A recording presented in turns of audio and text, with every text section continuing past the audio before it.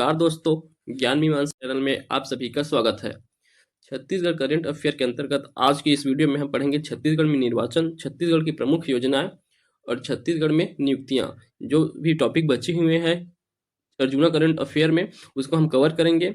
इसमें सिर्फ आज की वीडियो के बाद जो है इकोनॉमिक सर्वे वाला पार्ट बच जाएगा, बाकी सभी टॉपिक जो है इस वीडियो में हम कवर कर लेंगे। तो चलिए सबसे पहले स्टार्ट करते हैं छत्तीसगढ़ में निर्वाचन।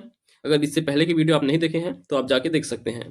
तो देखिए छत्तीसगढ़ में लोकसभा निर्वाचन हुआ है 2024 में, तो इसी के संबंध में क्या क्या डेटा दिया गया है उसे देख लेते हैं। तो सबसे पहले देखिए छत्तीसगढ़ में लोकसभा सीट की संख्या 11 है, जिसमें से 5 सीट आरक्षित हैं। 5 सीट का आरक्षण भी जो है 4 सीट एसटी के लिए आरक्षित है और 1 सीट जो है एससी के लिए आरक्षित है। छत्तीसगढ़ में लोकसभा का चुनाव जो है कुल 3 चरणों में हुआ है, जिसमें पहले चरणों में पहले चरण जो है 19 अप्रैल को हुआ था। एक सीट में हुआ था कौन सा, बस्तर में, बस्तर लोकसभा सीट में। और दूसरा फेस में कौन सा हुआ था, 26 अप्रैल का 3 सीट में हुआ था। 26 अप्रैल को कौन कौन से 3 सीट, महासमुंद, कांकेर और राजनांदगांव, ये 3 सीटों में हुआ था। बचे हुए जो 7 सीट है उसमें जो है 7 मई को हुआ था, 7 सीटों में तीसरे फेस में। तो 3 चरणों में लोकसभा निर्वाचन छत्तीसगढ़ में आयोजित किया गया था। मतगणना जो है 7 जून 2024 को हुआ था लोकसभा निर्वाचन का। देखिए मतदान प्रतिशत छत्तीसगढ़ में जो है 72.80% जो है मतदान हुआ है। तो 72.80% लोगों ने जो है मतदान किया है। सर्वाधिक मतदान प्रतिशत देखें तो सरगुजा लोकसभा के अंतर्गत हुआ था। सरगुजा लोकसभा सीट में 79.89% हुआ है। और सबसे न्यूनतम मतदान कहाँ हुआ है, बिलासपुर लोकसभा में 64.77%।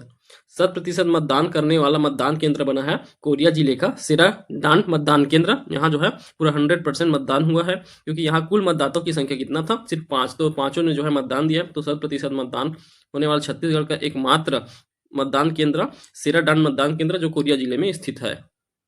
चलिए छत्तीसगढ़ में लोकसभा निर्वाचन का परिणाम क्या रहा है उसे देख लीजिए।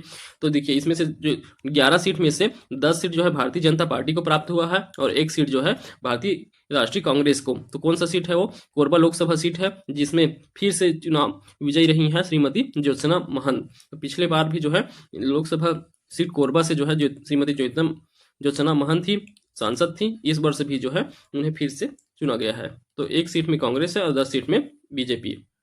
देखिए कुल निर्वाचित महिला सांसद, तो लोकसभा में जो है टोटल 3 महिलाएं जो है निर्वाचित हुई हैं छत्तीसगढ़ की लोकसभा से, जिसमें से 2 भाजपा के हैं और 1 जो है कांग्रेस की, जिनका नाम देख चुके हैं। और यहाँ देखिए छत्तीसगढ़ में महिला सांसदों की संख्या, तो छत्तीसगढ़ में टोटल महिला सांसदों की संख्या देखें तो कुल 5 महिला सांसद हैं, जिसमें से लोकसभा में 3 हैं और राज्यसभा में 2 महिला सांसद हैं। तो देखिए 3 कौन कौन है, तो देखिए महासमुंद सीट से रूप कुमारी चौधरी है, और दूसरा जांजगीर चांपा सीट से कमलेश जांगड़े और कोरबा सीट से ज्योत्सना महंत। ये तीनों किसमें है, लोकसभा सीट में है। ये दोनों जो है बीजेपी से हैं, रूप कुमारी और कमलेश जांगड़े, और ज्योत्सना जो है कांग्रेस से।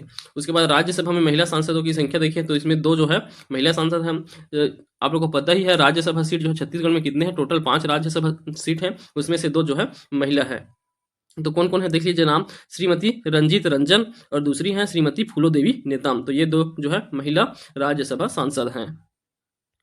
चलिए आगे देखिए, यहाँ जो लोकसभा निर्वाचन हुआ है उसमें पूरे 11 सीटों में किनके द्वारा जो है विजय प्राप्त किया गया है, किन्हें हरा के कौन जीते हैं वहां दिया गया है।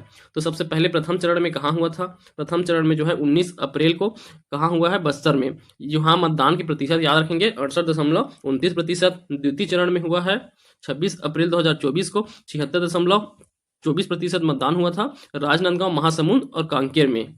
तृतीय में हुआ है 7 मई 2024 को 71.98%।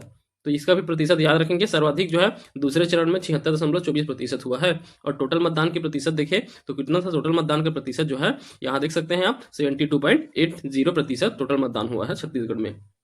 अब देखिए कौन से सीट से कौन जो है सांसद चुने गए हैं उसे देख सकते हैं। तो बस्तर सीट से कौन चुने गए हैं, महेश कश्यप। तो कौन सा सीट जो है आरक्षित है, देखिए बस्तर एक एसटी के लिए आरक्षित है, कांकेर, सरगुजा और रायगढ़ ये चारों जो है किनके लिए है, एसटी के लिए आरक्षित है। और एक मात्र जांजगीर चांपा जो है एससी के लिए आरक्षित है। तो आरक्षित सीटों को भी याद रखेंगे कौन से किस के लिए आरक्षित है। तो एसटी के लिए बस्तर, कांकेर, सरगुजा और रायगढ़, और यही एससी के लिए जांजगीर चांपा। बाकी सभी जो है 6 सीटें अनारक्षित हैं। तो देखिए सबसे पहले बस्तर से कौन चुने गए हैं, महेश कश्यप, जिन्होंने कवासी लखमा, ये कांग्रेस के प्रत्याशी कवासी लखमा, उन्हें हराकर जो है विजयी हुए हैं महेश कश्यप। राजनांदगांव से याद रखेंगे संतोष पांडे, पिछले बार भी संतोष पांडे जो है यहाँ से सांसद थे, इस बार भी मुख्यमंत्री भूपेश बघेल, पूर्व मुख्यमंत्री भूपेश बघेल, वे यहाँ से चुनाव लड़े थे, इनको हराकर संतोष पांडे फिर से जो है वहाँ के सांसद बने हैं। महासमुंद से देखिए रूप कुमारी चौधरी, तो इन्होंने जो है पिछले भूपेश बघेल सरकार में कैबिनेट मंत्री रहे ताम्रध्वज साहू, उनको हरा के जो है रूप कुमारी चौधरी जो है फिर सांसद बनी है। कांकेर से देखिए, कांकेर से भोजराज नांग, वीरेश ठाकुर को हरा के भोजराज नांग सांसद। सरगुजा से चिंतामणि महाराज, रायगढ़ से राधे श्याम राठिया, कोरबा से ज्योत्सेना महंत, दुर्ग से विजय बघेल, जांजगीर चांपा से कमलेश जांगड़े, रायपुर से ब्रिजमोहन अग्रवाल और बिलासपुर से तोखन साहू। इन सभी 11 में से एकमात्र तोखन साहू हैं जिन्हें क्या दिया गया है, केंद्रीय कैबिनेट में जो है राज्य मंत्री के पद पर जो है चुना गया है। तो ये जो है कैबिनेट में शामिल है, मोदी जी के जो है कैबिनेट में राज्य मंत्री के रूप में शामिल किया गया है तोखन साहू को।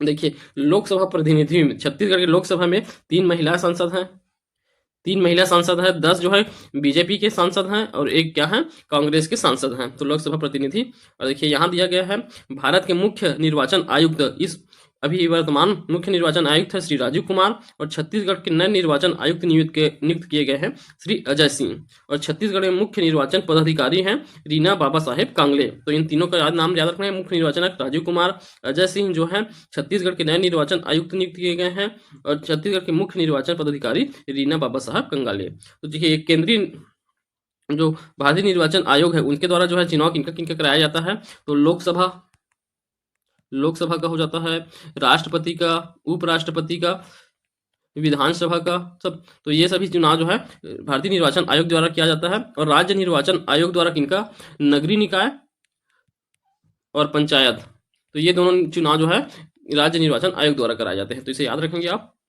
चलिए अब आगे देखिए छत्तीसगढ़ विधानसभा चुनाव 2023। तो विधानसभा चुनाव 1 साल पूरे होने को है विधानसभा चुनाव को। तो ये जो पिछले वर्ष यहाँ से क्वेश्चन नहीं पूछे गए हैं, परंतु इस बार पूछने की संभावना यहाँ से भी है। तो एक बार देख सकते हैं हम लोग क्या क्या जो इंपॉर्टेंट चीजें हैं उसे देख लेंगे।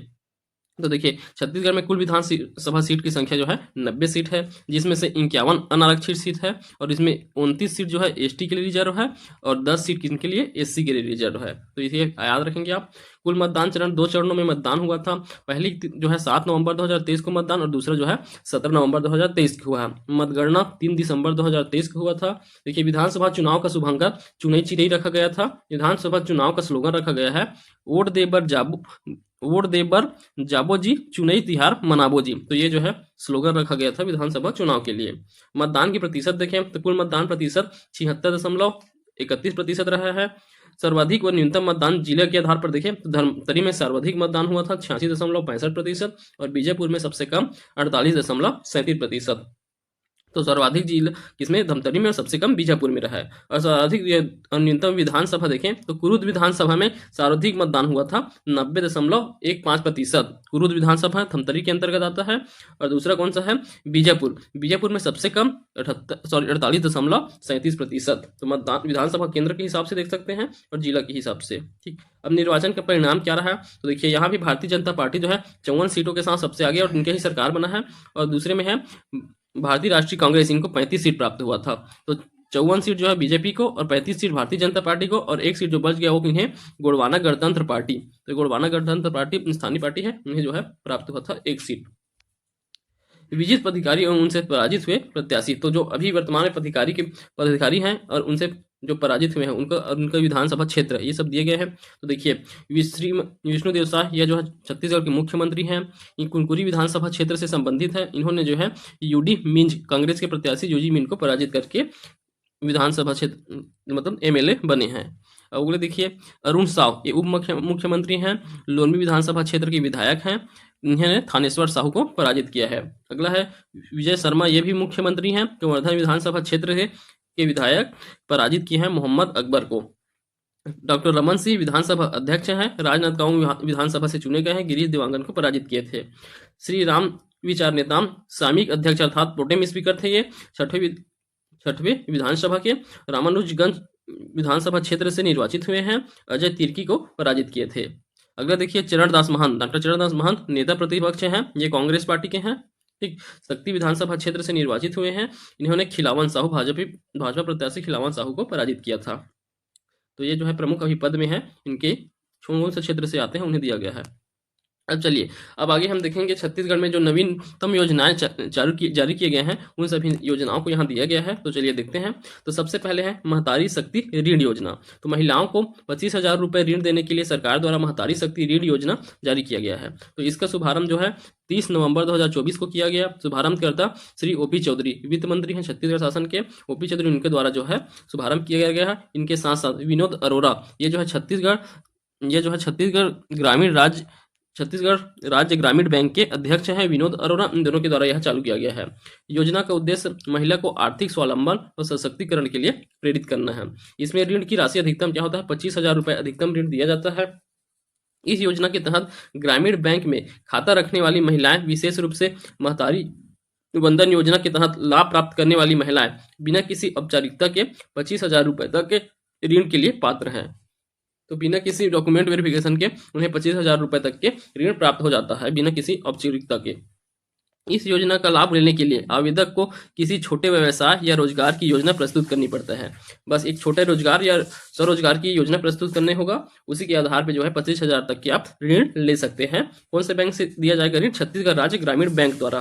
तो छत्तीसगढ़ राज्य ग्रामीण बैंक द्वारा CRGB, तो CRGB कही है छत्तीसगढ़ राज्य ग्रामीण बैंक महतारी शक्ति ऋण योजना अंतर्गत शुभारंभ तिथि को 1,000 महिलाओं को कुल ऋण जो है 2.25 करोड़ का ऋण स्वीकृत किया गया है। तो 1,000 महिलाओं को 2.25 करोड़ का ऋण स्वीकृत किया गया है 30 नवंबर 2024 को ही। ठीक, तो ये महतारी शक्ति ऋण योजना, आप इसको याद रखेंगे। दूसरा है महतारी सदन योजना। तो यह भी है महिलाओं को गांव में रोजगार दिलाने के लिए यह योजना प्रारंभ किया गया है, महतारी सदन योजना। इसमें देखिए, विष्णु के सुशासन की कड़ी में राज्य सरकार ने महिलाओं को सम्मान दिलाने के उद्देश्य से महतारी वंदन के बाद अब महतारी सदन योजना ला रही है। यह महिलाओं को गांवों में ही रोजगार दिलाने की योजना है। इसके लिए छत्तीसगढ़ के हर गांव में महतारी सदन की स्थापना की जाएगी। महतारी सदन ग्रामीण महिलाओं की एकत्र होने का स्थान होगा। वहीं यहाँ पर वे पारस्परिक रूप से पारिवारिक, सांस्कृतिक एवं व्यावसायिक गतिविधियों का संचालन कर सकेंगी। 179 महतारी सदन हेतु 52 करोड़ 20 लाख रुपए स्वीकृत कर दिए गए हैं। तो 179 महतारी सदन बनने वाले हैं, जिसके लिए 52 करोड़ 20 लाख रुपए स्वीकृत भी कर दिए गए हैं। महतारी सदन की सदस्य बनने के लिए पात्रता क्या क्या होना चाहिए? तो देखिए, आवेदक महिला छत्तीसगढ़ राज्य की मूल निवासी होना चाहिए, पहला शर्त है। दूसरा, 18 वर्ष की आयु से अधिक होना चाहिए। राज्य की ग्रामीण महिला की रोजगार प्राप्त करने के लिए आवेदन कर सकेंगे, तो ग्रामीण महिला भी होनी चाहिए। कोई शैक्षणिक योग्यता निर्धारित नहीं किया गया है। तो ये 4 पात्रताओं के साथ कोई भी महिला जो है इस सदन के सदस्य बन सकेंगे।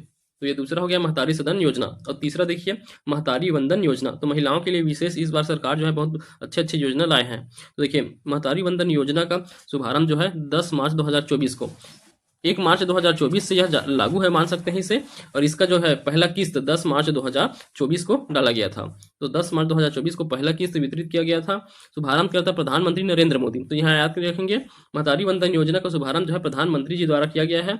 इसमें आयु सीमा रखा गया है न्यूनतम 21 वर्ष, और वो भी 1 जनवरी 2024 की स्थिति में 21 वर्ष होना अनिवार्य था। योजना का उद्देश्य क्या रहा है? महिला सशक्तिकरण की दिशा में उनके आर्थिक स्वावलंबन, स्वास्थ्य एवं पोषण स्तर में सुधार, परिवार में निर्णय में उनकी भूमिका सुदृढ़ करना, इन सभी उद्देश्यों के साथ यह योजना प्रारंभ किया गया। इसके लिए सहायता राशि के रूप में 1,000 रुपये प्रति माह दिया जाता है, अर्थात 1,000 गुना 12 कर देंगे तो 12,000 रुपये सालाना प्राप्त होगा। प्रधानमंत्री नरेंद्र मोदी ने 10 मार्च 2024 को प्रदेश की 70.12 लाख महिलाओं के बैंक खातों में 655 करोड़ रुपए से अधिक की राशि DBT अर्थात डायरेक्ट बैंक ट्रांसफर के माध्यम से ट्रांसफर कर प्रदेश में महतारी वंदन योजना का शुभारंभ किया है। ठीक, तो ये तीसरा योजना है महिलाओं से संबंधित। तो याद रखेंगे इन तीनों योजनाओं को। ये महिला सशक्तिकरण में छत्तीसगढ़ प्रदेश की जो है सबसे महत्वपूर्ण योजनाएं हैं। अगला देखिए, मुख्यमंत्री अन्न कोष योजना। इसका शुभारंभ 9 दिसंबर 2024 को किया गया। ये शुभारंभ जिला अंबिकापुर सरगुजा जिले से इसका शुभारंभ किया गया है। तो देखिए, मुख्यमंत्री विष्णुदेव साय ने 9 दिसंबर 2024 को पायलट प्रोजेक्ट के रूप में सरगुजा जिले में मुख्यमंत्री अन्न कोष योजना शुभारंभ किया गया है। सरगुजा जिले में निवासरत विशेष पिछड़ी जनजाति पहाड़ी कोरबा समुदाय की गर्भवती एवं शिशुपति माताओं को अतिरिक्त पोषण आहार उपलब्ध कराने के उद्देश्य से इस योजना को शुभारंभ किया गया है। तो याद रखें, मुख्यमंत्री अन्न कोष योजना किनके लिए है? गर्भवती और शिशुवती महिलाओं के लिए। तो अभी पायलट प्रोजेक्ट के रूप में सरगुजा जिले में संचालित है यह योजना। उसके बाद जो है उसका रिजल्ट देख के जो है छत्तीसगढ़ के अन्य जिलों में भी इसका विस्तार किया जाएगा। अगला देखिए अटल बिहारी योजना। अटल बिहारी योजना इसका शुभारंभ 9 दिसंबर 2024 को मुख्यमंत्री विष्णुदेव साय द्वारा किया गया है। योजना का संचालन छत्तीसगढ़ गृह निर्माण मंडल द्वारा किया जा रहा है। योजना का उद्देश्य क्या है? सभी के लिए आवास उपलब्ध कराना। तो सभी के लिए आवास की परिकल्पना को साकार करने के उद्देश्य से अटल बिहारी योजना लाया गया है। मुख्यमंत्री श्री साय के द्वारा जरूरतमंद को, विशेष रूप से शहरी क्षेत्र के लोगों को किफायती दर पर मकान उपलब्ध कराने के उद्देश्य से छत्तीसगढ़ गृह निर्माण मंडल की 7 आवासीय परियोजनाओं को शुभारंभ किया गया है। तो 7 आवासीय परियोजनाएं शुभारंभ किए गए हैं। प्रथम चरण में यह योजना रायपुर, गरियाबंद, धमतरी, दुर्ग, बालोद और बीजापुर में प्रारंभ किया गया। तो इन जिलों का याद नाम रखेंगे। तो इन 6 जिलों में सबसे पहले यह अटल बिहारी योजना चलेगा। रायपुर, गरियाबंद, धमतरी, गृह, दुर्ग, बालोद और बीजापुर। तो इन 6 जिलों में यह योजना सबसे पहले संचालित किया जा रहा है। आगे देखिए शहीद वीर नारायण सिंह आयुष्मान स्वास्थ्य योजना। तो देखिए खूबचंद बघेल स्वास्थ्य सहायता योजना का नाम परिवर्तित करके शहीद वीर नारायण सिंह आयुष्मान स्वास्थ्य योजना कर दिया गया है। तो छत्तीसगढ़ की पूर्व संचालित डॉक्टर खूबचंद बघेल स्वास्थ्य सहायता योजना का नाम परिवर्तन कर भाजपा शासन के द्वारा शहीद वीर नारायण सिंह आयुष्मान स्वास्थ्य योजना किया गया है। इससे पूर्व नाम क्या था? डॉक्टर खूबचंद बघेल स्वास्थ्य सहायता योजना। इसका शुभारंभ 1 जनवरी 2020 को किया गया था। तो ये खूबचंद बघेल योजना के नाम से 1 जनवरी 2020 से चल रहा है। इसके अंतर्गत क्या होता है? स्वास्थ्य सहायता हेतु अधिकतम 5 लाख रुपए तक के प्राप्त हो सकते हैं। तो इसमें देखिए योजना का प्रावधान निःशुल्क इलाज के लिए रहते हैं। तो 5 लाख तक के निःशुल्क इलाज किया जा सकता है। बीपीएल परिवारों को 5 लाख रुपए तक के रहता है और एपीएल परिवारों को जो है 50,000 रुपए तक के निःशुल्क इलाज कर सकते हैं। ठीक, तो यह योजना बस इसमें नाम परिवर्तित हुआ है, आप याद रखेंगे। यह योजना 2020 में जारी किया गया था। 1 जनवरी 2020 से शुभारंभ किया गया था खूबचंद बघेल स्वास्थ्य सहायता योजना के रूप में, जिसका नाम परिवर्तित करके शहीद वीर नारायण सिंह के नाम पे रखा गया है। अगला योजना है एग्री स्टेट परियोजना। इसका संबंध राजस्व एवं प्रबंधन विभाग से है। एग्री स्टेट परियोजना याद रखेंगे, राजस्व एवं आपदा प्रबंधन। इसके अंतर्गत परियोजना का उद्देश्य डिजिटल कृषि को बढ़ावा देना है। पायलट प्रोजेक्ट के रूप में 20 जिलों में संचालित किया जाएगा एग्रीस्टिक परियोजना को। इस परियोजना के तहत ग्राम का जियो रिफरेंसिंग नक्शा, राजस्व संबंधी अधिकार अभिलेख और डिजिटल फसल सर्वेक्षण का काम किया जाएगा। पायलट प्रोजेक्ट के तहत 20 जिलों में जियो रिफरेंसिंग नक्शा तैयार करने का काम चल रहा है। ठीक, तो दूसरा देखिए डिजिटल फसल सर्वेक्षण 3 जिलों में धमतरी, कबीरधाम और महासमुंद, इन तीनों में पूर्ण रूप से किया जा रहा है डिजिटल फसल सर्वेक्षण। और 16 जिलों में एक एक तहसील को पायलट प्रोजेक्ट के रूप में फसल सर्वेक्षण किया जा रहा है। ठीक, तो इसे याद रखेंगे। एग्रीस्टेक परियोजना डिजिटल कृषि को बढ़ावा देने के लिए राजस्व एवं आपदा प्रबंधन विभाग द्वारा जारी किया गया योजना है। 20 जिलों को पायलट प्रोजेक्ट के रूप में संचालित किया जा रहा है। अगला है नियत निर्लार योजना, या इसे आपका अच्छा गांव योजना भी कहते हैं। नियत निर्लार योजना हिंदी नाम इसका आपका अच्छा गांव योजना है। इसकी घोषणा 15 फरवरी 2024 को किया गया। योजना का उद्देश्य है बस्तर क्षेत्र के नक्सल प्रभावित ग्रामों में अधोसंरचना विकास सहित मूलभूत सुविधाएं उपलब्ध कराना, जैसे फ्री में बिजली, बैंक एटीएम, मोबाइल टावर, सड़क, इन सभी को भी उपलब्ध कराना इसका प्रमुख उद्देश्य है। योजना का संचालन सुकमा, बीजापुर, दंतेवाड़ा और नारायणपुर, तो इन 4 बस्तर संभाग के इन 4 जिलों में हो रहा है। सुकमा, बीजापुर, दंतेवाड़ा, नारायणपुर, तो सभी लगे हुए हैं। यहाँ से आप देखेंगे नारायणपुर से नीचे बीजापुर, बीजापुर से नीचे सुकमा और यहाँ का दंतेवाड़ा। तो इन चारों लगे हुए जिलों में जो है यह योजना जो है नियत निर्लार योजना जारी किया गया है। तो इसमें क्या किया जा रहा है? नवीनतम खोले गए सुरक्षा कैंप, इन जिलों में नवीनतम सुरक्षा कैंप खोले गए हैं। वहीं से लगे हुए 5 किलोमीटर क्षेत्र तक के गांवों में ये सभी अधोसंरचना का विकास किया जाएगा। इनकी मूलभूत सुविधा फ्री में बिजली, बैंक एटीएम, मोबाइल टावर, सड़क, इन सभी का भी निर्माण किया जाएगा इस योजना के तहत।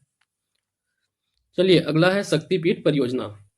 शक्तिपीठ परियोजना छत्तीसगढ़ शासन द्वारा छत्तीसगढ़ के 5 महत्वपूर्ण धार्मिक आस्था के केंद्रों को शक्तिपीठ परियोजना के तहत 4 धाम यात्रा के तर्ज पर, तो 4 धाम यात्रा उत्तराखंड में चल रहे हैं, उसी के तर्ज पर विकसित किया जाएगा। इस परियोजना के उद्देश्य प्रदेश में कुल 5 मंदिरों का उन्नयन प्रस्तावित है।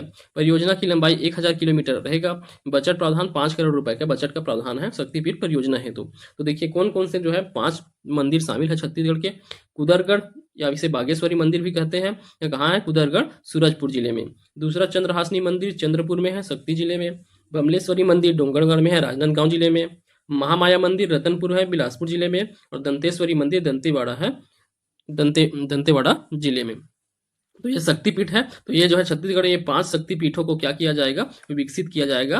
किसके तर्ज पे? 4 धाम यात्रा के तर्ज पे। तो उसी के लिए शक्तिपीठ योजना जो है छत्तीसगढ़ सरकार के द्वारा लाया गया है। यहाँ डिटेल दिया गया है, पोस्टर को आप पढ़ सकते हैं। चलिए, अब अगला योजना है कृषि संबंधित योजना। तो अगला योजना है कृषक उन्नति योजना। तो इसका शुभारंभ 12 मार्च 2024 को किया गया था। तो इस योजना के तहत क्या किया जाता है, जो छत्तीसगढ़ सरकार द्वारा धान का दर रखा गया है 31 रुपये प्रति क्विंटल, उसी को कवर करने के लिए केंद्र सरकार द्वारा समर्थन मूल्य जो MSP जारी किया गया है उसमें 2300 रुपये है। 2300 रुपये, फिर जो 3100 करने के लिए जो अमाउंट बच रहा है उसको छत्तीसगढ़ सरकार द्वारा इसी योजना के तहत दिया जाता है अनुदान सहायता के रूप में, कृषक उन्नत योजना के तहत। तो देखिए, इसका प्रारंभ कब किया गया, 12 मार्च 2024 को शुभारंभ किया गया है बालोद के सरयू अग्रवाल स्टेडियम से, सरयू प्रसाद अग्रवाल स्टेडियम से। आदान सहायता राशि इसके तहत जो है 917 रुपये प्रति क्विंटल की आदान सहायता राशि दिया जाता है राज्य सरकार द्वारा। योजना का उद्देश्य है पंजीकृत किसानों को समर्थन मूल्य पर आदान सहायता राशि प्रदान करना। तो समर्थन मूल्य के पश्चात जो बच गया है आदान सहायता राशि के माध्यम से उन्हें दिया जाता है। मुख्यमंत्री श्री विष्णुदेव साय द्वारा बालोद से कृषक उन्नति योजना का शुभारंभ करते ही छत्तीसगढ़ देश में धान की सबसे ज्यादा कीमत देने वाला राज्य बन गया है। तो इतना ज्यादा कीमत 3100 रुपये जो है किसी राज्य में नहीं मिलता है। सर्वाधिक धान की कीमत देने वाला राज्य छत्तीसगढ़ है। योजना का शुभारंभ के साथ ही प्रदेश में 24.72 लाख किसानों के खाते में 23,320 करोड़ रुपए अंतरित किए गए थे। तो इतने किसान हैं, 24.72 लाख किसान, उनके खाते में जो है 13,320 करोड़ रुपए अंतरित किए गए। इस तरह प्रदेश के किसानों को आदान सहायता राशि के रूप में प्रति एकड़ 19,257 रुपए अतिरिक्त मिल रहा है। तो जितना उनका 23 समर्थन मूल्य के पश्चात जो एक्स्ट्रा मिल रहा है वो कितना हो गया, 19,257 रुपए अतिरिक्त प्राप्त हो रहे हैं सभी किसानों को प्रति एकड़ कीमत के एवरेज में। एक तो ये कृषक उन्नति योजना आप याद रखेंगे। ये जैसे पिछले कांग्रेस सरकार में इसी योजना का नाम देख सकते हैं, तो राजीव गांधी किसान न्याय योजना रखा गया था। तो उसी की तर्ज पे जो है इन्होंने कृषक उन्नति योजना के नाम से ये जो है एक्स्ट्रा जो आदान सहायता राशि है उसे दिया जा रहा है। पहले राजीव गांधी कृषक न्याय योजना के तहत दिया जाता था आदान राशि को। चलिए, अगला है PM सूर्य घर योजना। इस योजना का उद्देश्य प्रदेश में सौर पैनल लगवाने वाले हितग्राहियों को अनुदान राशि प्रदान करना है। नोडल एजेंसी के रूप में NTPC नोडल एजेंसी है। योजना का लक्ष्य प्रति माह 300 यूनिट तक मुफ्त बिजली प्रदान करना कर 1 करोड़ घरवासियों को रोशन करना है। अनुदान की राशि केंद्र के साथ राज्य शासन भी अनुदान देता है। तो देख लीजिए, केंद्र अनुदान कितना देगा, राज्य कितना देगा। अगर 1 से 2 किलोवाट तक का आप सोलर पैनल लगवाते हैं तो 30 से 60 हज़ार तक के केंद्र सरकार से अनुदान मिलेगा। अगर 2 से 3 किलोवाट तक के लगाते हैं तो 60 से 78 हज़ार तक के कौन से देंगे, केंद्र सरकार। 3 किलोवाट से अधिक लगाएंगे तो 78 हज़ार रुपये मिलेगा। तो देखिए, राज्य सरकार का अनुदान 1 किलोवाट का लगाने से 15 हज़ार रुपये, 2 किलोवाट लगवाने से 30 हज़ार रुपये और 3 किलोवाट या उससे अधिक लगवाने से 45 हज़ार रुपये का अनुदान दिया जाएगा। चलिए, फिर अगला योजना देखिए, मोर संगवारी योजना।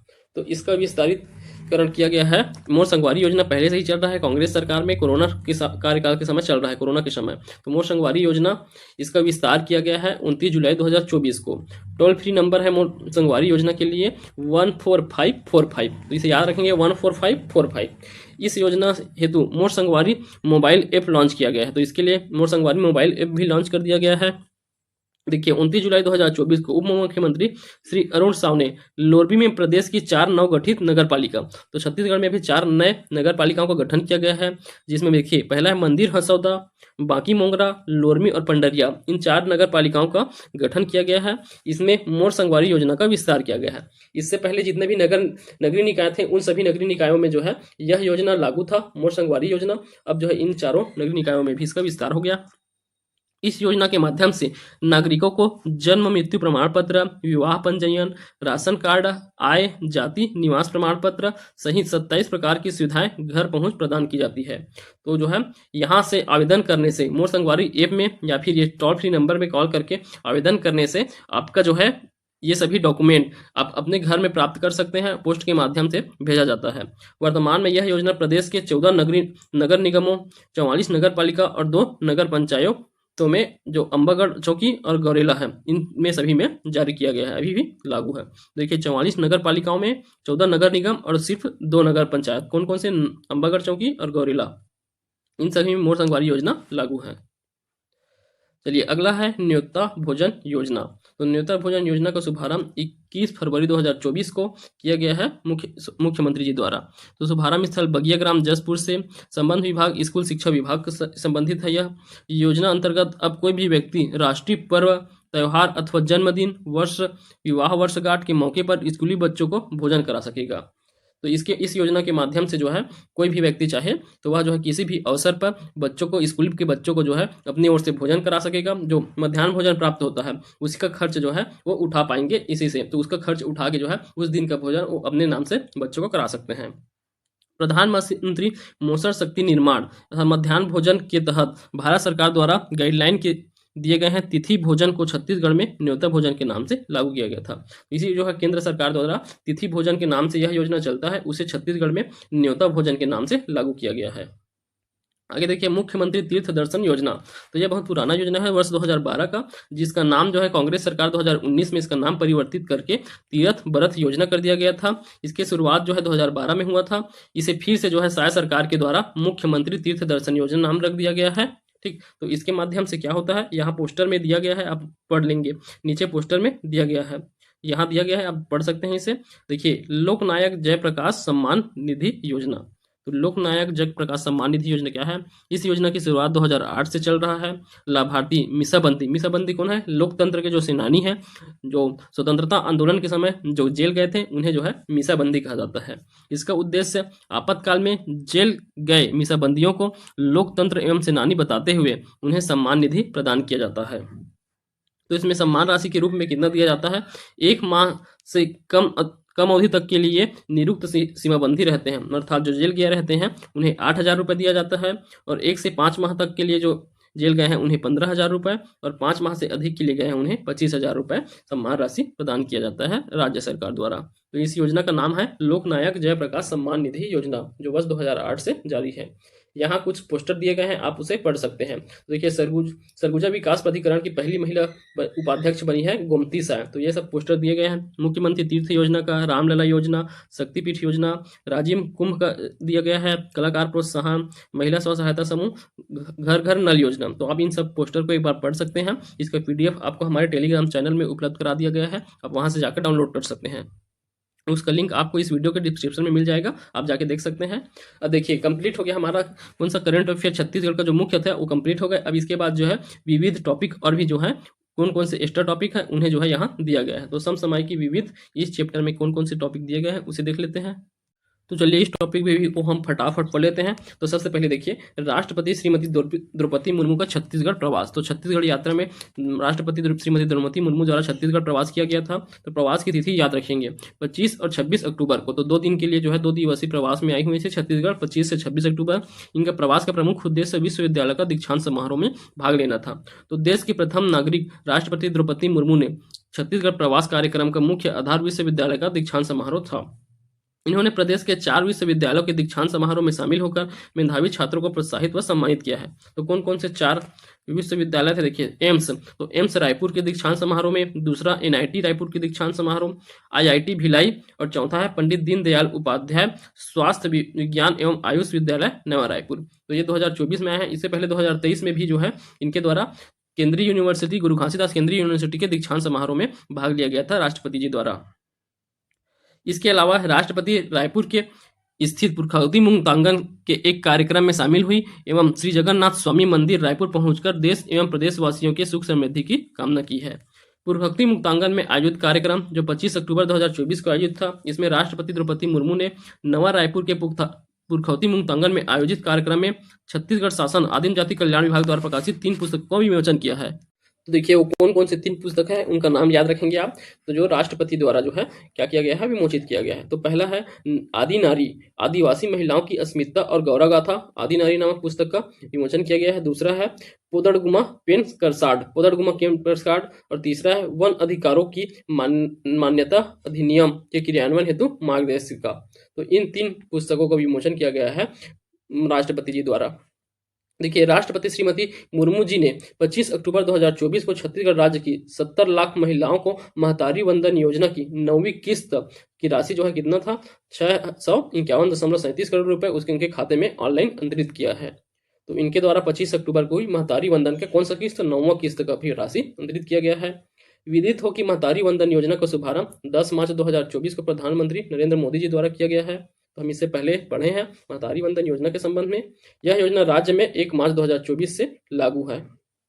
देखिए अगला है फिर one nation one student ID card, जिसे अपार आईडी के नाम से जाना जाएगा। One nation one student ID card प्रदेश में प्रत्येक छात्र के लिए one nation one student ID card अर्थात अपार, अपार का फुल फॉर्म याद रखेंगे, automated permanent academic account registry ID बनाने की प्रक्रिया शुरू की जा सक रही है। तो यह जो है एक हर स्टूडेंट के लिए यह आईडी बनेगा, जो सिर्फ एक ही आईडी बनेगा, one nation one student ID. तो अपार नाम दिया गया है, इसे याद रखेंगे। चलिए अगला है दुर्ग विशाखापट्टनम वंदे भारत एक्सप्रेस। तो दुर्ग विशाखापट्टनम के बीच जो है वंदे भारत एक्सप्रेस जारी कर दिया गया है। तो वंदे भारत एक्सप्रेस ट्रेन जो है अब छत्तीसगढ़ का यह दूसरा हो जाएगा। इससे पहले जो है बिलासपुर से नागपुर के मध्य भी चल रहा है एक वंदे भारत, और ये जो है दूसरा। इसका शुभारंभ किया गया है 16 सितंबर 2024 को। तो देखिए 16 सितंबर 2024 को प्रधानमंत्री नरेंद्र मोदी जी द्वारा दुर्ग विशाखापट्टनम वंदे भारत एक्सप्रेस ट्रेन है उसका शुभारंभ किया गया है। यह छत्तीसगढ़ के दूसरे वंदे भारत ट्रेन है। गुजरात के अहमदाबाद में आयोजित कार्यक्रम में मोदी ने 6 नए वंदे भारत एक्सप्रेस ट्रेनों का शुभारंभ किया गया है। तो गुजरात के अहमदाबाद से किया गया है इसका शुभारंभ, जिसमें छत्तीसगढ़ के दुर्ग से विशाखापट्टनम तक के वंदे भारत ट्रेन की सौगात मिला है। ठीक, तो यह दुर्ग से विशाखापट्टनम। इससे पहले ही वंदे भारत ट्रेन बिलासपुर से नागपुर के मध्य जो है 11 दिसंबर 2022 से संचालित है। तो पहला बिलासपुर से नागपुर जो 11 दिसंबर 2022 से है, और ये दूसरा हो गया दुर्ग से विशाखापट्टनम जो 16 सितंबर 2024 को शुभारंभ किया गया है। देखिए संविधान दिवस पदयात्रा। संविधान दिवस पदयात्रा 26 नवंबर को संविधान दिवस मनाया जाता है। उसी दिन से जो है यह पदयात्रा प्रारंभ किया गया है।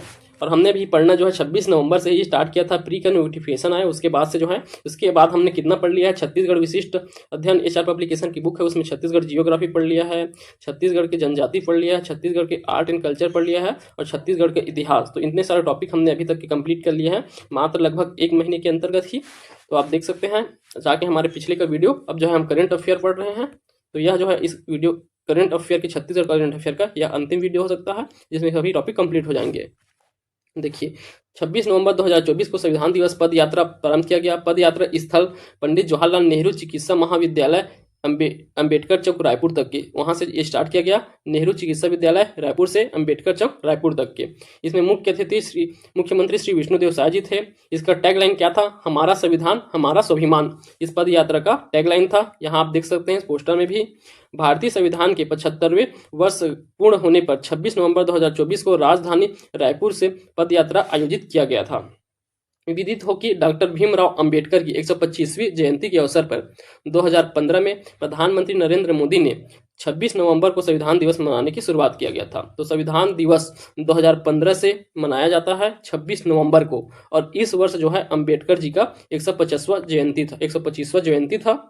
परंतु तिथि कौन सा है, जिस दिन संविधान जो है सबसे पहले बना था। तो 26 नवंबर 1949 को संविधान बन के तैयार हुआ था। उसी दिन से जो है 26 नवंबर उस दिन को संविधान दिवस के रूप में 2015 में मनाना स्टार्ट किया गया। और ये 2015 क्या था, इस वर्ष जो है भीमराव अंबेडकर जी का 125वां जयंती था।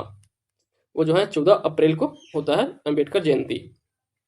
चलिए अगला देखिए, आपदा के संबंध में टोल फ्री नंबर। तो आपदा के संबंध में टोल फ्री नंबर जारी किया गया है 1070 याद रखेंगे, आपदा संबंधी टोल फ्री नंबर है। प्रदेश में किसी आपदा में आम नागरिकों को त्वरित सहायता उपलब्ध कराने हेतु टोल फ्री नंबर 1070 सूचित कर सहायता प्राप्त की जा सकती है। टोल फ्री पर संपर्क कर बाढ़, अग्नि दुर्घटना, आकाशीय बिजली दुर्घटना, सर्पदंश आदि में सहायता ली जा सकती है। संबंध विभाग, तो यह राजस्व एवं आपदा संबंध से संबंधित है, आपदा प्रबंधन विभाग से। तो टोल फ्री नंबर याद रखेंगे 1070। अगर आपको कोई बाढ़ वाला संकट दिख रहा है, अग्नि दुर्घटना, आकाश बिजली गिर रहा है, या फिर सर्पदंश, किसी को सांप भी काट रहा है, तो आप इसके लिए क्या कर सकते हैं, 1070 में कॉल करके आप हेल्प ले सकते हैं। जस प्योर ब्रांड। तो जस प्योर ब्रांड के अंतर्गत आदिवासी महिलाओं द्वारा निर्मित उत्पाद है। तो जस प्योर ब्रांड ये जो है अभी बहुत चर्चे में है। जसपुर जिला के आदिवासी महिलाओं द्वारा निर्मित ब्रांड है। इसमें जसपुर के उत्पाद को जम्मू कश्मीर से लेकर अंडमान निकोबार द्वीप समूह तक अच्छा खासा प्रतिशत मिल रहा है। इसका प्रमुख कारण उत्पादों की गुणवत्ता और स्वास्थ्यवर्धक गुण होता है। तो उत्पाद जो है बहुत अच्छे क्वालिटी का और जो स्वास्थ्य के लिए बहुत ही सेहतमंद प्रोडक्ट बनाया जा रहा है जस प्योर ब्रांड द्वारा। यह जसपुर की आदिवासी महिलाओं का एक ब्रांड है। देखिए इसके अंतर्गत कौन कौन से प्रमुख उत्पाद बनाए जाते हैं। तो देखिए ढेंकी कूटा हुआ जवा चावल, महुआ और मिलेट लट्टू, मिलेट आधारित नाश्ता, कोदो, कुटकी, रागी, टाउ से बने विभिन्न उत्पाद जैसे मिलेट लड्डू, ये सभी जो है इस ब्रांड के द्वारा बनाया जाता है। इसके बहुत अच्छा रिस्पांस मिल रहा है, तो यह बहुत चर्चे में है। यह brand just pure brand Jashpur की आदिवासी महिलाओं का ब्रांड है, याद रखेंगे। चलिए अगला देखिए, छत्तीसगढ़ी राजभाषा दिवस कार्यक्रम। तो छत्तीसगढ़ी राजभाषा दिवस कब मनाया जाता है? 28 नवंबर को प्रतिवर्ष। ठीक, तो देखिए कार्यक्रम के मुख्य अतिथि श्री विष्णुदेव साय जी थे। छत्तीसगढ़ मुख्यमंत्री विष्णुदेव साय। कार्यक्रम की अध्यक्षता बृजमोहन अग्रवाल द्वारा किया गया था। छत्तीसगढ़ी साहित्यकारों को सम्मान दिया गया है इस दिन। तो छत्तीसगढ़ी राजभाषा दिवस के अवसर पर छत्तीसगढ़ी साहित्यकारों को सम्मान दिया गया है। मुख्यमंत्री श्री विष्णुदेव साय ने छत्तीसगढ़ी राजभाषा दिवस के अवसर पर आयोजित कार्यक्रम में छत्तीसगढ़ी भाषा को समृद्ध करने वाले 6 साहित्यकारों को शाल, श्रीफल और स्मृति चिन्ह प्रदान कर सम्मानित किया है। तो ये 6 साहित्यकार कौन है? तो सबसे पहले है डॉक्टर रमेंद्रनाथ मिश्रा। तो ये साहित्यकार के साथ साथ पुरातत्ववेदा भी है। इनके द्वारा छत्तीसगढ़ में बहुत सारे खोज किए गए हैं। तो रमेंद्रनाथ मिश्रा रायपुर के निवासी है, इन्हें दिया गया है। दूसरे हैं सुरजीत नवदीप, ये धमतरी के निवासी हैं। तीसरे पुनीत गुरुवंश, ये भी धमतरी से हैं। चौथे हैं सुखदेव साहू सरस, तो डॉक्टर सुखदेव साहू सरस ये रायपुर से हैं। श्री शिवव्रत सिंह पावले ये सरगुजा से हैं। श्रीमती शकुंतला सेंडे ये दंतेवाड़ा से हैं। तो इन 6 साहित्यकारों को शाल, श्रीफल और स्मृति चिन्ह प्रदान करके राज्य उत्सव दिवस पे जो है राजभाषा दिवस पे इन्हें सम्मानित किया गया है। छत्तीसगढ़ी पुस्तक को विमोचन किया गया है। इस अवसर पर मुख्यमंत्री ने छत्तीसगढ़ राजभाषा आयोग द्वारा प्रकाशित 12 पुस्तकों का विमोचन किया है। देखिए, चित्रोत्पला फिल्म सिटी एवं जनजाति सांस्कृतिक कन्वेंशन सेंटर, तो इसे हम पहले भी डिटेल से पढ़ चुके हैं। मुख्यमंत्री ने अपने संबोधन में कहा कि राज्य सरकार के प्रस्ताव पर केंद्र सरकार द्वारा मानातुता रायपुर में चित्रोत्पला फिल्म सिटी और जनजाति सांस्कृतिक कन्वेंशन सेंटर के निर्माण को स्वीकृति प्रदान करते हुए 147.66 करोड़ रुपए राशि स्वीकृत की गई है। चित्रोत्पला फिल्म सिटी के निर्माण से छत्तीसगढ़ी फिल्मों, नाटकों के साथ साथ पर्यटन को भी प्रोत्साहन मिलेगा। और यही देखिए, पद्म सम्मान विभूति की सम्मान राशि में वृद्धि करने की भी घोषणा किया गया है। तो मुख्यमंत्री साय ने कार्यक्रम में पद्मश्री सम्मान से विभूषित छत्तीसगढ़ की विभूतियों को दी जाने वाली सम्मान राशि प्रति 5,000 रुपए से बढ़ा करके 10,000 रुपए करने की घोषणा की है।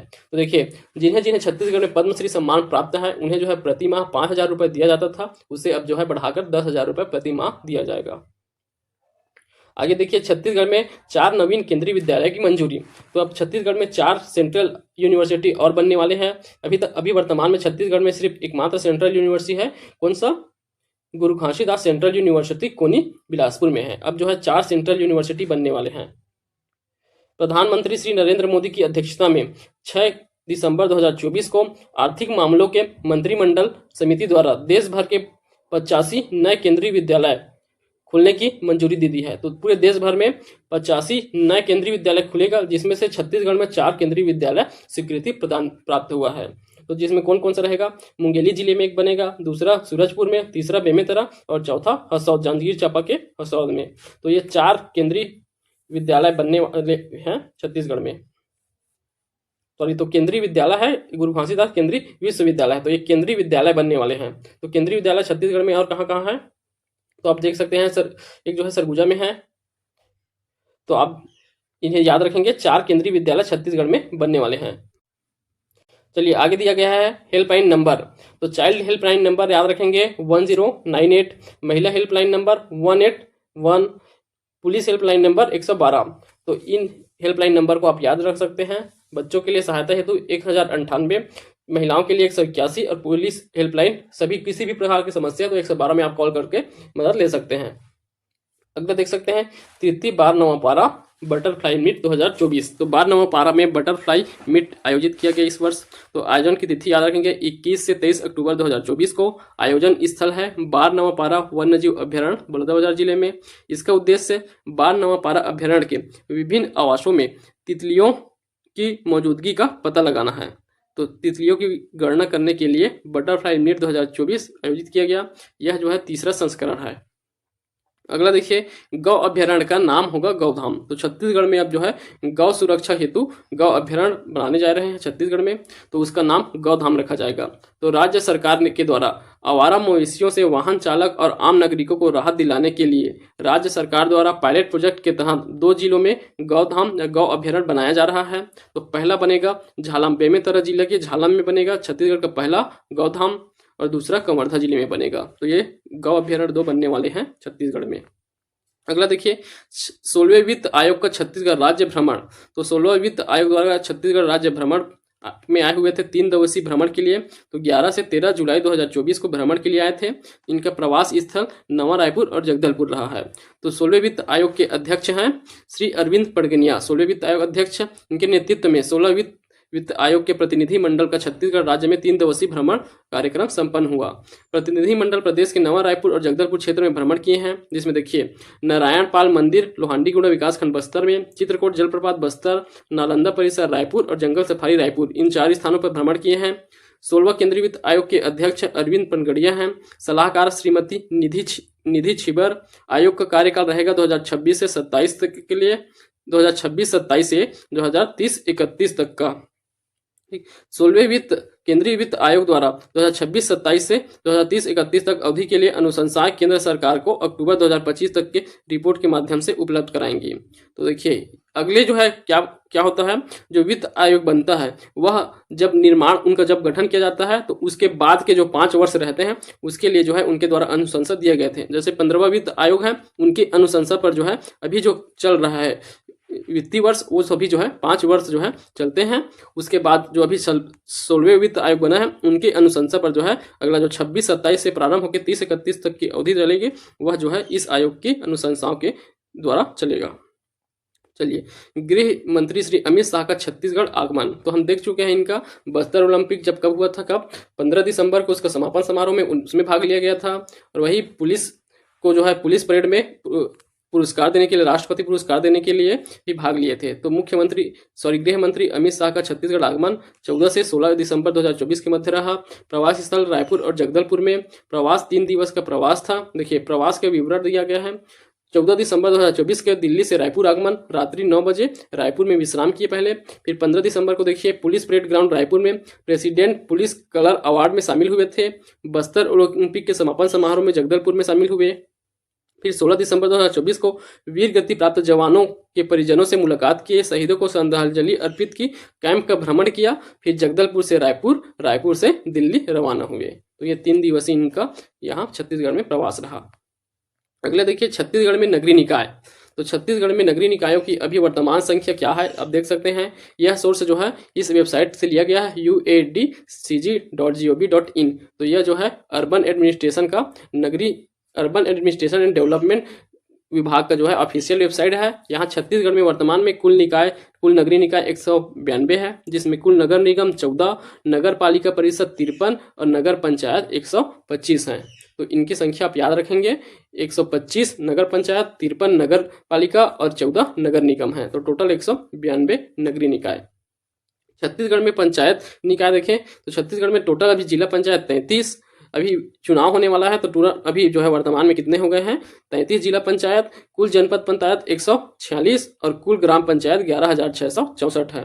तो इसे आप जो है छत्तीसगढ़ पंचायत एवं ग्रामीण विकास विभाग की वेबसाइट में चेक कर सकते हैं। तो यहाँ तक के हो गया हमारा छत्तीसगढ़ के जो विविध समसामयिकी है। अब इसके बाद देखिए नवीन नियुक्तियां दिया गया है।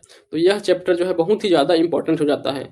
तो छत्तीसगढ़ के लिए हो या केंद्र सरकार के लिए जो नवीन नियुक्तियां होते हैं उनमें से एक न एक क्वेश्चन जो है आपको देखने को मिल ही जाएगा। तो दोनों में से किसी भी एक पार्ट का या किसी वर्ष जो है दोनों पार्ट से नियुक्तियों से प्रश्न पूछे जाते हैं। तो नियुक्तियों से प्रश्न पूछे जाते हैं, आपको इनसे याद रखना है। तो यहाँ के प्रश्न जो है एकदम डायरेक्ट रहते हैं, 1 लाइनर टाइप के, सीधा डायरेक्ट प्रश्न पूछे जाते हैं। किस पद पे जो है किन्हें जो है नियुक्त किया गया है, डायरेक्ट प्रश्न पूछे जाते हैं। तो चलिए इसमें क्या दिया गया है हम देख लेते हैं। मुख्यमंत्री की अध्यक्षता में गठित परिषद एवं प्राधिकरण। तो किन किन प्राधिकरण और परिषदों का मुख्यमंत्री द्वारा क्या किया जाता है, अध्यक्षता किया जाता है, उसे देख लीजिए। तो छत्तीसगढ़ जनजाति सलाहकार परिषद के अध्यक्ष रहते हैं मुख्यमंत्री जी और उसके उपाध्यक्ष हैं उस विभाग के मंत्री रामविचार नेताम। छत्तीसगढ़ राज्य खेल विकास प्राधिकरण, इसके भी मुख्यमंत्री जी अध्यक्ष रहेंगे। छत्तीसगढ़ राज्य ओलंपिक संघ के भी, छत्तीसगढ़ राज्य नीति आयोग और छत्तीसगढ़ राज्य निवेश प्रोत्साहन बोर्ड, इन सभी के अध्यक्ष हैं मुख्यमंत्री जी। अब अगला देखिए प्रशासनिक आयोग एवं अध्यक्ष। तो देखिए छत्तीसगढ़ पिछड़ा वर्ग आयोग के अध्यक्ष नेहरू राम निषाद। तो याद रखेंगे छत्तीसगढ़ राज्य पिछड़ा आयोग के अध्यक्ष नेहरू राम। छत्तीसगढ़ पिछड़ा वर्ग कल्याण आयोग के अध्यक्ष हैं RS विश्वकर्मा। तो विश्वकर्मा कल्याण आयोग के अध्यक्ष। छत्तीसगढ़ राज्य युवा आयोग के अध्यक्ष है विश्व विजय सिंह तोमर। तो युवाएं अभी विश्व विजय कर रहे हैं, तो युवा आयोग के विश्व विजय सिंह तोमर याद रखेंगे। छत्तीसगढ़ राज्य मानव अधिकार आयोग के अध्यक्ष हैं गिरधारी नायक, तो मानव अधिकार आयोग के अध्यक्ष नायक हैं गिरधारी नायक, कार्यवाहक हैं ये। छत्तीसगढ़ राज्य गौ सेवा आयोग के नायक है विशेषर पटेल, विशेषर पटेल याद रखेंगे। गायों को विशेष महत्व बढ़ाने के लिए सर गौ अभ्यारण्य स्टार्ट हो रहा है, तो विशेष से याद रखेंगे गौ सेवा आयोग। छत्तीसगढ़ राज्य वित्त आयोग के अभी जो अध्यक्ष हैं सर्जियंस मींज, तो छत्तीसगढ़ राज्य वित्त आयोग के अध्यक्ष याद रखेंगे सर्जियंस मींज। छत्तीसगढ़ लोक सेवा आयोग के कार्यवाहक अध्यक्ष भी चुने गए हैं श्रीमती रीता सांडियाल को नियुक्त किया गया है, रीता सांडियाल। छत्तीसगढ़ योजना आयोग के अध्यक्ष मुख्यमंत्री रहते हैं। छत्तीसगढ़ राज्य अल्पसंख्यक आयोग, इसके अध्यक्ष हैं महेंद्र छाबड़ा, तो महेंद्र छाबड़ा छत्तीसगढ़ राज्य अल्पसंख्यक आयोग। छत्तीसगढ़ निजी विश्वविद्यालय विनियामक आयोग श्री ब्रजेश चंद्र मिश्र, तो ब्रजेश चंद्र मिश्र जो है इसके अध्यक्ष हैं निजी विश्वविद्यालय विनियामक आयोग के। अगला देखिए न्यायिक एवं प्रशासनिक प्रमुख, तो छत्तीसगढ़ में न्यायिक प्रशासनिक प्रमुख कौन है? मुख्य न्यायाधीश छत्तीसगढ़ उच्च न्यायालय के कौन है? रमेश सिन्हा जी हैं। मुख्य सचिव छत्तीसगढ़ के अमिताभ जैन 12वें क्रम के। लोक आयुक्त हैं न्यायमूर्ति इंदर सिंह उजुवेला, इसे चर्चित व्यक्तित्व में देखे हैं। महाधिवक्ता छत्तीसगढ़ के प्रफुल्ल एन भारत जो है महाधिवक्ता हैं। छत्तीसगढ़ निर्वाचन आयुक्त के जो है नए आयुक्त चुने गए हैं छत्तीसगढ़ राज्य निर्वाचन के अजय सिंह, तो इसे भी हम देख चुके हैं। तो ये सभी जो है न्यायिक और प्रशासनिक अधिकारी हैं। इसके नीचे भी दिया गया है छत्तीसगढ़ खेल विकास प्राधिकरण के अध्यक्ष विष्णुदेव साय जी हैं। उपाध्यक्ष खेल विकास प्राधिकरण के टंकराम वर्मा जी। छत्तीसगढ़ राज्य उर्दू अकादमी उसके अध्यक्ष हैं इदरीस गांधी। राज्य सूचना आयुक्त नरेंद्र कुमार शुक्ल एवं आलोक चंद्रवंशी, ये दोनों राज्य सूचना आयुक्त हैं नरेंद्र कुमार शुक्ल आलोक चंद्रवंशी। जनसंपर्क विभाग के आयुक्त हैं श्री मयंक श्रीवास्तव। छत्तीसगढ़ एथलेटिक्स संघ के अध्यक्ष हैं GS बामरा। खुफिया इंटेलिजेंस चीफ छत्तीसगढ़ शासन के हैं अमित कुमार। अध्यक्ष छत्तीसगढ़ राज्य क्रिकेट संघ के अध्यक्ष जुबीन शाह, तो अमित शाह जो है BCCI के सचिव है और ICCI के जो है क्या है अध्यक्ष है, तो ये जो है इस यहीं से याद रख सकते हैं। तो यहाँ भी शाह है, वहाँ शाह है और यहाँ भी शाह कौन है? क्रिकेट संघ के अध्यक्ष हैं जुबीन शाह। अध्यक्ष छत्तीसगढ़ राज्य केश शिल्प बोर्ड सुश्री मोना सेन, तो मोना सेन को केश शिल्प बोर्ड के अध्यक्ष बनाया गया है। लखनलाल देवांगन वाणिज्य एवं उद्योग मंत्री हैं, उन्हें छत्तीसगढ़ राज्य औद्योगिक विकास निगम के अध्यक्ष, तो ये जो है पदेय रूप से अध्यक्ष रहते हैं वाणिज्य एवं उद्योग मंत्री। अगला देखिए छत्तीसगढ़ लोकसभा के सदस्य, लोकसभा सदस्य इन्हें हम याद कर चुके हैं पहले ही, तो इन्हें आप अभी हम नहीं पढ़ेंगे। छत्तीसगढ़ राज्यसभा सदस्य 5 सदस्य हैं, जिसमें से 2 महिला सदस्य हम देखे थे, फूलोदेवी नेताम और रंजीत रंजन। इसके अलावा देखिए कौन है? कवि तेजपाल सिंह तुलसी, राजीव शुक्ला और देवेंद्र प्रताप सिंह, तो ये सभी जो है राज्यसभा सदस्य हैं छत्तीसगढ़ से। लोकसभा सदस्यों की संख्या 12 है, इन्हें हम देख चुके हैं। अभी नवनिर्वाचित चुनाव हुए हैं उसमें। आगे देखिए छत्तीसगढ़ विधानसभा के वर्तमान मंत्रिमंडल, तो छत्तीसगढ़ के मंत्रिमंडल को दिया गया है। तो देखिए छत्तीसगढ़ में मंत्रियों की संख्या कितने होना चाहिए? तो संविधान के अनुसार जो है क्या है 90, यहाँ सीट जो है विधानसभा सीट कितना है 90, ठीक। तो टोटल जितने भी मंत्री हैं वो कितने होना चाहिए? 10% होना चाहिए, जितने इनका लोक विधानसभा सीट है उसका 10% हो, या फिर कितना हो 10 हो, ठीक 10% या 10। तो इसमें से जो सबसे क्या रहे अधिक हो तो उसके हिसाब से, तो देखिए 90 है तो 90 का 10% कितना होगा? 9 होता है, परंतु 9 मंत्रियों से नहीं होगा, तो यहाँ मिनिमम 10 मंत्री होना चाहिए। तो 10 मंत्री हैं छत्तीसगढ़ में। तो कौन कौन से हैं देख लीजिए। सबसे पहले विष्णु देसाई मुख्यमंत्री, और इनके पास कौन कौन सा विभाग है? सामान्य प्रशासन विभाग, खनिज संसाधन विभाग, ऊर्जा विभाग, जनसंपर्क, वाणिज्य कर, आबकारी, परिवहन एवं अन्य विभाग जो किसी मंत्री को आवंटित नहीं है। तथा शिक्षा विभाग भी इन्हीं के पास है। अरुण साह उप मुख्यमंत्री, इनके पास लोक निर्माण, लोक स्वास्थ्य यांत्रिक, विधि और विधायी कार्य, नगरीय प्रशासन। विजय शर्मा के पास है गृह एवं जेल मंत्री, पंचायत एवं ग्रामीण विकास, तकनीकी शिक्षा, रोजगार, विज्ञान एवं प्रौद्योगिकी। रामविचार नेताम के पास है आदिम जाति विकास, अनुसूचित जाति विकास, पिछड़ा वर्ग एवं अल्पसंख्यक विकास, कृषि विकास एवं किसान कल्याण। श्री दयाल दास बघेल खाद्य नागरिक आपूर्ति व उपभोक्ता संरक्षण। केदार कश्यप के पास संसदीय कार्य मंत्री, वन एवं जलवायु परिवर्तन, जल संसाधन, कौशल विकास एवं सहकारिता मंत्रालय। लखनलाल देवांगन के पास वाणिज्य एवं उद्योग एवं श्रम मंत्रालय है। श्याम बिहारी जायसवाल लोक स्वास्थ्य परिवार कल्याण, चिकित्सा, शिक्षा, 20 सूत्री कार्यक्रम। ओपी चौधरी के पास वित्त, वाणिज्य, आवास, पर्यावरण, योजना, आर्थिक एवं एवं सांख्यिकी विभाग तो वित्त मंत्री हैं ओपी चौधरी। श्रीमती लक्ष्मी राजवाड़े के पास महिला एवं बाल विकास तथा समाज कल्याण विभाग है। टंकराम वर्मा के द्वारा पास खेलकूद एवं युवक कल्याण, राजस्व एवं आपदा प्रबंधन। तो इन मंत्रियों के पास जो है ये विभाग दिए गए हैं। ठीक, तो न्यूनतम यहाँ कितना 10 मंत्री हो सकते हैं, न्यूनतम 10 मंत्री। चलिए छत्तीसगढ़ के माननीय राज्य मंत्रियों की संख्या। तो छत्तीसगढ़ में राज्यपालों की सूची दिया गया है यहाँ। तो राज्यपाल पहले से लेकर अभी वर्तमान तक कितने हैं आप देख सकते हैं। तो आप राज्यपाल की सूची को पढ़ना चाहे तो पढ़ सकते हैं। आप मुख्य रूप से पहले राज्यपाल कौन है उसे याद रखना है, और अंतिम कौन अभी जो वर्तमान में कौन है उसे याद रखना है। तो श्री दिनेश नंदन सहाय छत्तीसगढ़ के पहले राज्यपाल हैं। ये जो है 2000 से लेकर 2003 तक के रहे हैं।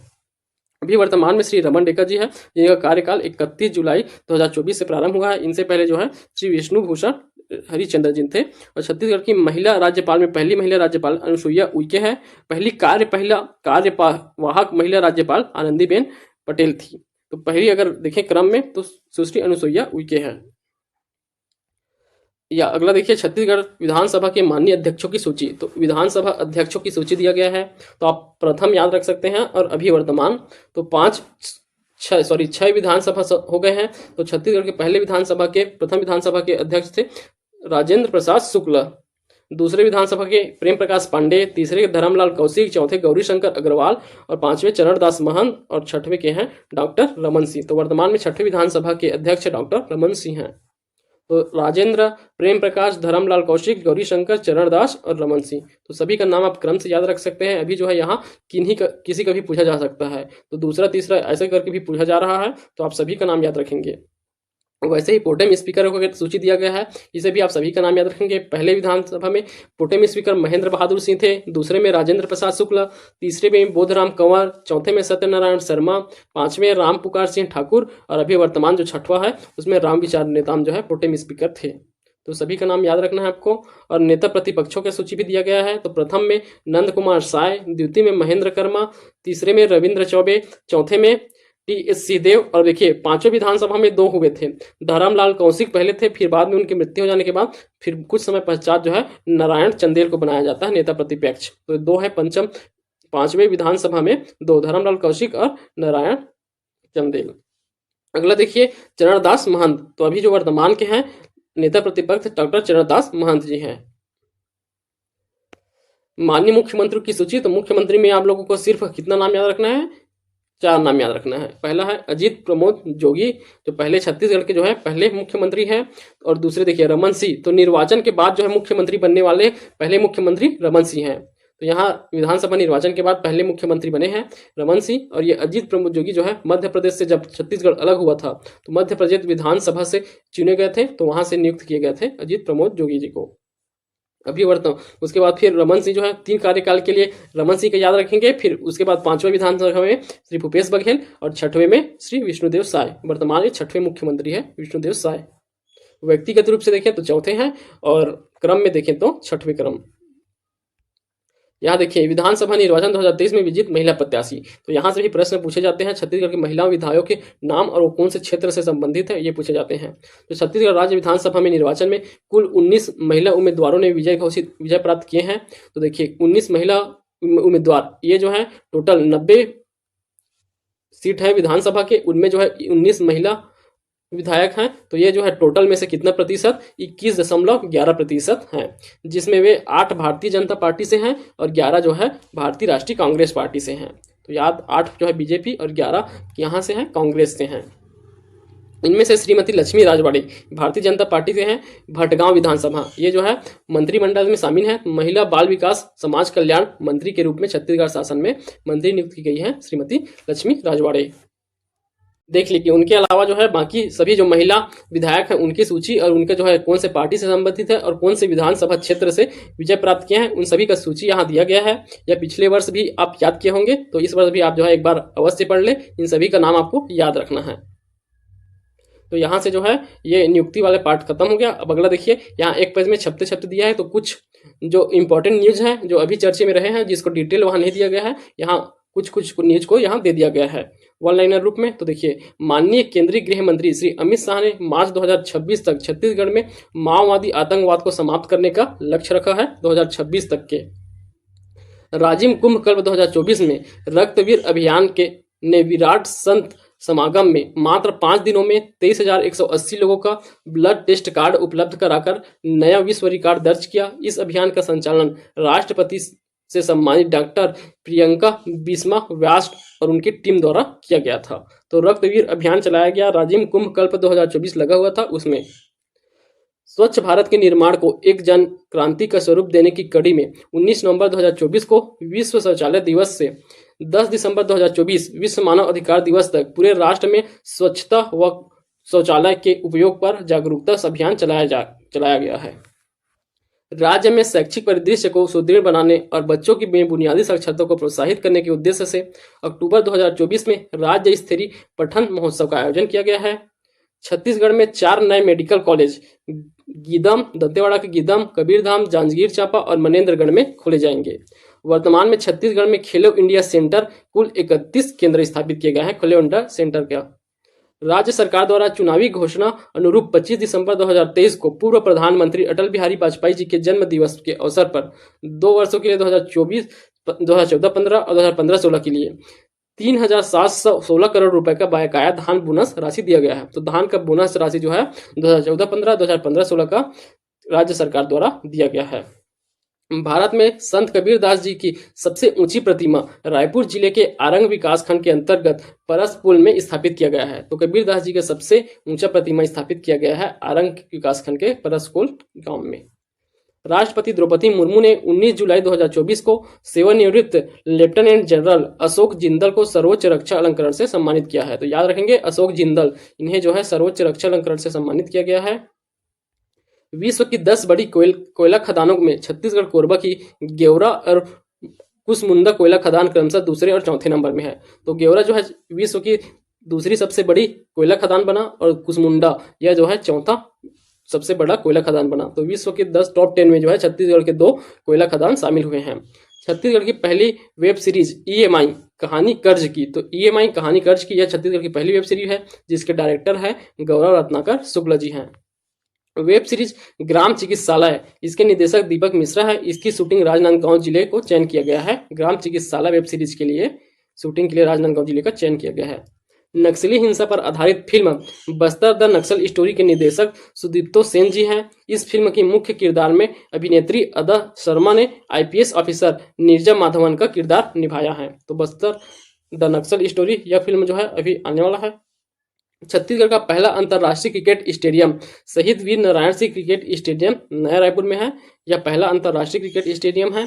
और इसके अलावा देखिए BCCI द्वारा दुर्ग में स्थित पंडित रविशंकर शुक्ल स्टेडियम को अंतर्राष्ट्रीय क्रिकेट स्टेडियम के रूप में विकसित करने के लिए 33 वर्षों के लिए राज्य शासन से लीज पर लिया गया है। विदित हो कि BCCI का अंतर्राष्ट्रीय क्रिकेट स्टेडियम बिलासपुर में भी प्रस्तावित है। तो BCCI जो है बिलासपुर में भी एक अंतर्राष्ट्रीय क्रिकेट स्टेडियम बनाने वाला है, तो यह भी प्रस्तावित है। तो इन सभी को भी आप एक बार पढ़ सकते हैं, इन सभी को याद रखना है।